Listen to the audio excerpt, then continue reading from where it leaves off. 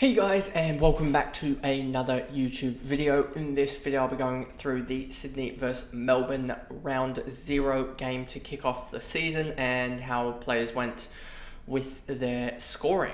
So before we get into this video, remember to like and subscribe, turn the notification bell on so you know when I upload, and let's get into this video.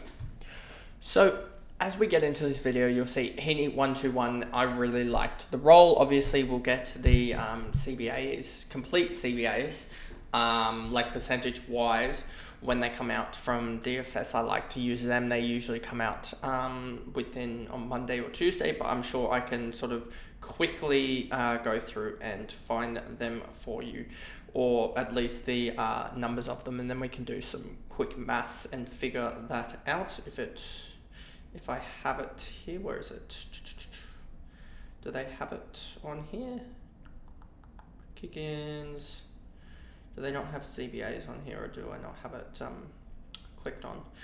Anyway, so Heaney was involved in the CBAs, so I'm trying my hardest to find the CBA numbers for you, but it doesn't seem like it's wanting to work. Centre clearances, score involvements, goal assist clangers, don't think I can see it, but anyway, aside from that, it just was Heaney's day. He did, or Heaney's night I should say. He just did everything, and as you can see here as we click on Heaney, 35, 24, 34, 28, he was just huge, and in the end he ended with, I think it was something like 13 clearances. So including 4 centre clearances, so just shows that he did have a lot of the CBAs if he got at least 4 centre clearances. So yeah, that'll be something that we definitely look at. If I can bring, maybe it comes up here. I don't think I saw it in here, but if we just bring up the fixture and the ladder here, and then we go here, and then we'll bring up here as well. You can see Heaney's numbers here: 13 clearances, etc. And then also the 8 inside 50s, the 12 score involvements, 4 intercept possessions. He was just everything. And then if I go to my stats and then go to here, do I have any center clearances? Doesn't look like it that we have anything with the center bounce attendances. So anyway, we'll go back to here. So yeah, Heaney was just number one in the Swans midfield this week. No Angus Sheldrick sort of meant they needed a grunt guy, even though they do have Rowbottom in there. You sort of knew that Heaney was going to have that high CBA numbers. It'll just be interesting against Collingwood to do the Swans, because they all really did play pretty well, except for Amadi, who got subbed out pretty early, but he will have his better games. It was a really slick game, and it didn't really help the key forwards. No one really played well in the tools department. That was a key. If you're just looking here, even at the likes of Melbourne, you had Shaki had a shocker. Van Rooyen's only goal came from the weirdest. He didn't even mean to kick it. So there's that, and so he ended up with a 45. So we had 45, a Shaki 29, a Marty 23, Melican a 20, even as a keep back, McDonald a 37, and McLean a 40, and he had 2 goals too as well in that, and 10 hitouts. So that just shows to you what it was. It was just an impossible night for the Keys, basically. And I think it was obviously Melbourne with Lever, May, and stuff like that. They're pretty good defenders in their own right. And then for the Swans, you had the old four of Rampy and McCartan, who was doing everything. And then Melican in the last quarter really stood up. But yeah, so it was just really hard for the Tools. And that's why I think that Amati and stuff like that will get better. And I don't know who will be dropped. If there are, I don't think there will be any changes to Collingwood. I think Wicks will still be the sub, which I was shocked about when it actually came out that he was the sub, as I thought it would be. I thought just with the balance of the side, the Sydney would run out it would be very, very tough for Swans to run out the game with Heaney being on ball, but they seemed to actually overrun the Ds, which was a surprise. I mean, it didn't help the Ds that they subbed out Laurie, and then Bowie got injured, and it was the first game of the season, so you're going to have fitness issues most likely anyway, as the workload is sort of not there. So yeah, it didn't help that they were down 1 on the bench. whereas Sydney had their full complement. So yeah, Heaney was great. So he's one that potentially for me now looking at it, because he's plus 41. He's gonna, I think Jaden came out with, if we actually go to here, let's actually go to Jaden, as I think he's put out some stats about the price changes. You'll see Matty Roberts here, 241. So Matty Roberts is effectively a 292k guy that we're getting at 245. If I just make this bigger for you guys. Blake Howes is 238, so he'll be interesting. But Brodie Grundy and Isaac Heaney here. Brodie Grundy's already a 708k guy, and Isaac Heaney's a 751k guy. So that he's already up 29k, and his projected break even is roughly 55 for this next week, which sort of shows that he's there or thereabouts. And yeah, if you were to, I guess, take his, because Heaney's what's Heaney priced at? Let me just go here. Heaney's priced at 80. So I don't really understand this full break even part, but I think it's something to do with the double game week or whatever, the double price rise or whatever. But I'm pretty sure we just focus on this this break even here. So yeah, Brodie Grundy, Isaac Heaney are all almost, you get a free 60k out of them basically, and you almost get a free out of these guys, especially Blake Howes and Roberts. You're getting a guaranteed 85k out of them. 85k cash then is huge. So yeah, they're pretty much must-haves. Brodie Grundy, I think now Sherry's ownership is going to go through the floor, so I think that's he's a must-have now. And it sucks that we lose that week with Brodie Grundy, and he's probably going to be replaced by a 40. But I think he's gotten his cash gen off to a good start, and he could honestly, it sets up so many different scenarios where Isaac Heaney could go to someone and also trading out Brodie Grundy or something up to the English at the same time, So it just creates so many different scenarios. But yeah, really liking this Heaney role because he does score really well. He can pretty much guarantee you four marks, 5 tackles, and 20 odd touches when he gets that midfield role. And yeah, Brodie Grundy, huge. James Jordan didn't really do much, but it was a tough game for him as it was slick conditions, and it seemed like they went through Roberts and other guys. I was just completely wrong with Roberts. He looks like an absolute gun, and it looks like I thought that Roberts would get the torch handed over to him next year, but it seems like Jake Lloyd's going to fade out of the Swans in the next 12 months, and Matt Roberts is there for the taking. So yeah, I just stuffed that up, that take up. Then we go to Blakey. He's not going to be fancy relevant. He's going to have games where he doesn't, where he's made more accountable and stuff like that. So I wouldn't be going Nick Blakey, even though 99 plus 28 it looks good. I just don't think there's too much upside there. Roberts, Warner. Roberts, amazing. Yeah, as we said, we talked through that. Chad Warner came alive in the last quarter, if I remember correctly. Yeah, 40 in the last, so he really came alive. 88 and then a 110 for I think Supercoach or something around that range. These are DT numbers, so they're slightly off the Supercoach, but they're pretty close from memory. No, they're actually not. Roberts was like a 70 for Supercoach, so that's completely off. Papley, 109. He was pretty good throughout the game.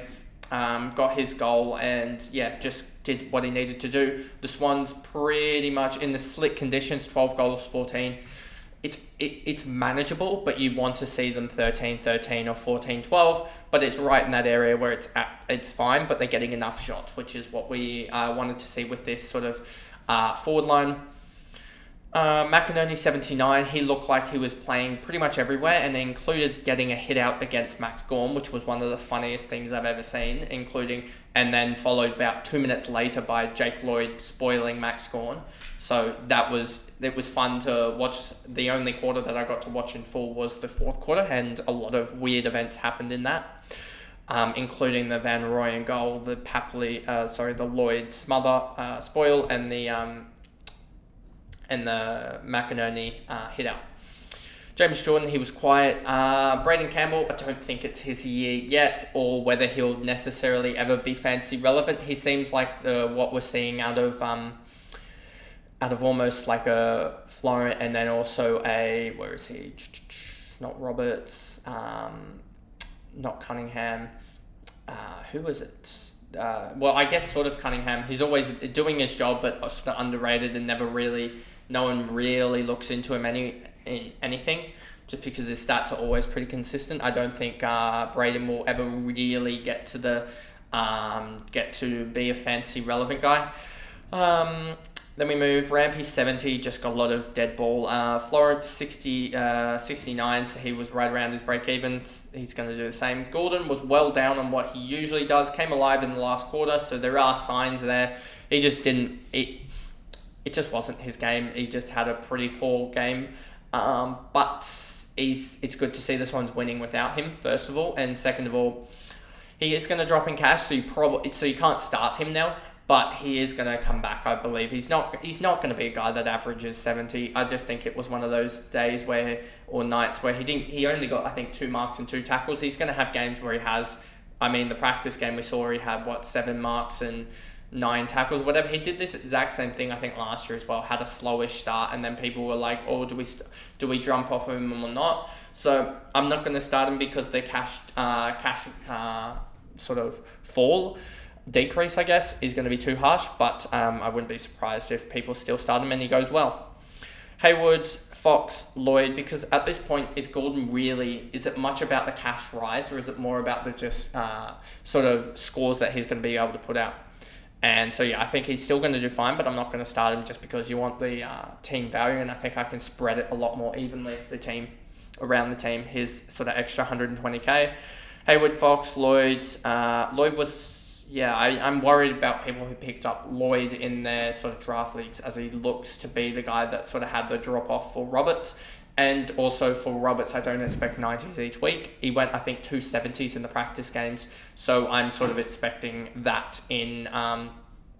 and so that's why I wouldn't be surprised if he doesn't get on field for me. But... as I think that Zach Williams will probably score more, but we'll see Zach Williams, I guess, in his score soon. Then nothing else here, really. And then we go over to Melbourne. Viney, 1-2-3, no real reason to start him, averaging 100. I think you would need about a 140 probably to start Viney just to get that cash in going, but he looked good. Salem's one that could be interesting if you are going to go down the Roberts route, I guess. You can put Salem in. He did look good. I'm now just worried that with Bowie out, whether they go Salem down back and that just hurts his score, but we'll see and watch that. Oliver, 89, and yeah, so he's similar to the likes of Gordon. He's going to probably drop in price, and so you're going to see him drop probably down towards that 950k range, I would expect. So yeah. Oliver will be fine in the end, but he'll just be a buy around the buys pickup. Gorn, he'll be absolutely fine. He just got destroyed in the second half, 26-28, 16-17. He'll be absolutely fine. Just came up against one of the hardest matchups for the year probably. And then May, Langdon, Howes was really good, and like that of Roberts, he's going to have a negative break-even, massive cash gen, and yeah, he's going to be a must-have, especially with Bowie going down. I think he keeps his spot. So yeah, really happy about that. McVee, I wouldn't be picking him just because he's 400k and he did pop a 70, which doesn't... It means he's going to get about 20k of cash gen, but it doesn't mean he's going to go off the hook. So I'm not going to be selecting him as he didn't really push that huge score. I mean, it's pretty much the same as James Jordan, but I like James Jordan's ability more to rack up the 110, 105, whereas I don't know if McVee can do it with Oliver, Petrarca, Salem, Viney, Gorn. If you start getting 5 or 6 guys that score 100, it's sort of impossible for him to get 100, whereas if you look at the Swans, you had Harry Cunningham at 92, Roberts and Papley also, and McInerney. They're all relatively high, and Blakey as well, about 20 to 30 points up. And that will probably feed into Gordon as well as James Jordan, I would expect, when we get into round 1.